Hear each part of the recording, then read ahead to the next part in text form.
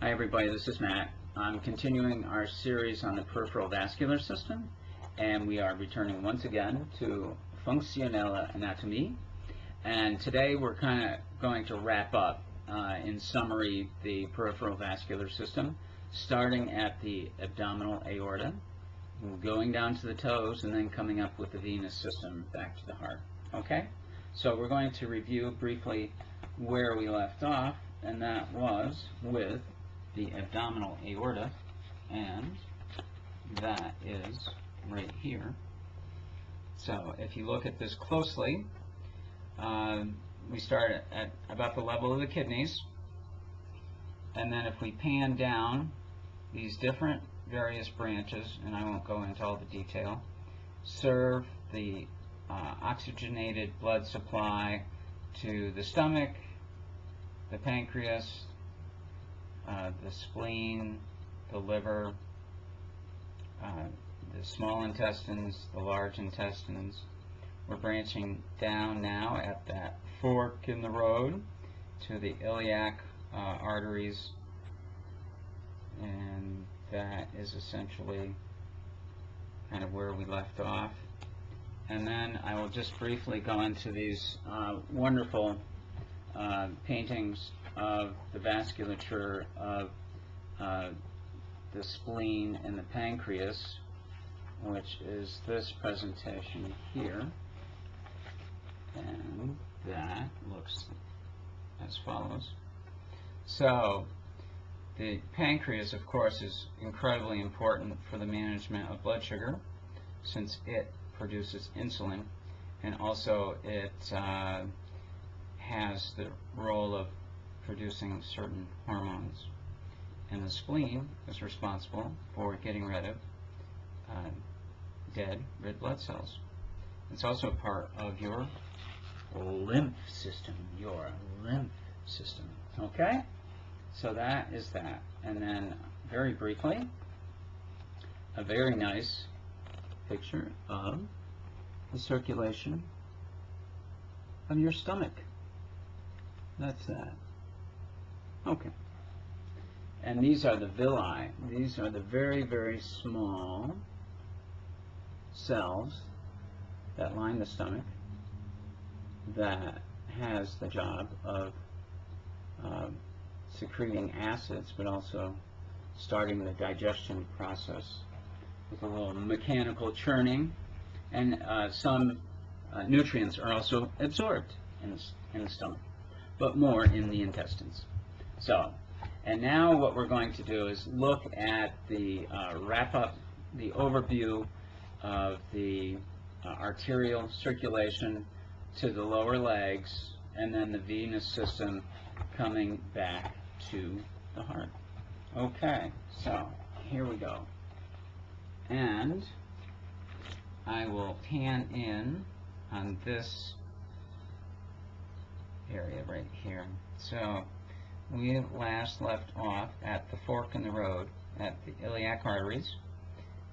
If you follow it down, there's also the internal iliac arteries, and then they become the femoral arteries, going down to the legs, and coming over to the leg. We have behind the knee the popliteal artery. Down the lower leg we have the anterior and posterior tibial artery, and down on the foot we have a number of different arteries, but number 19 is the dorsalis pedis artery. Okay? And then you can see, just backing out, there's also a nice diagram of the circulation of the arm and the hand. So that gets us down to the toes. Now we're going to go back to the heart with the venous circulation. One primary difference with the venous system is, one, it's much lower pressure than the arterial blood flow, and it has a system of valves that help to make sure that blood does not flow backwards, which is very clever. So the combination of the muscles squeezing the veins and the valves preventing the backflow of the blood gets it back to the heart. So that's very important. So very important as you keep your muscles strong and moving to keep the blood going back to your heart, and also that those valves stay in good shape. Okay? So here's a little overview of the venous system. Okay?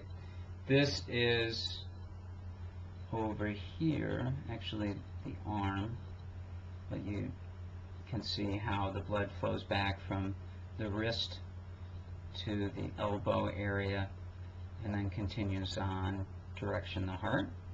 And here we're starting at about the hip area, and we're going backwards, and you can see that we have the inferior vena cava starting at about this level, just above the kidneys, and it flows right back up to the heart.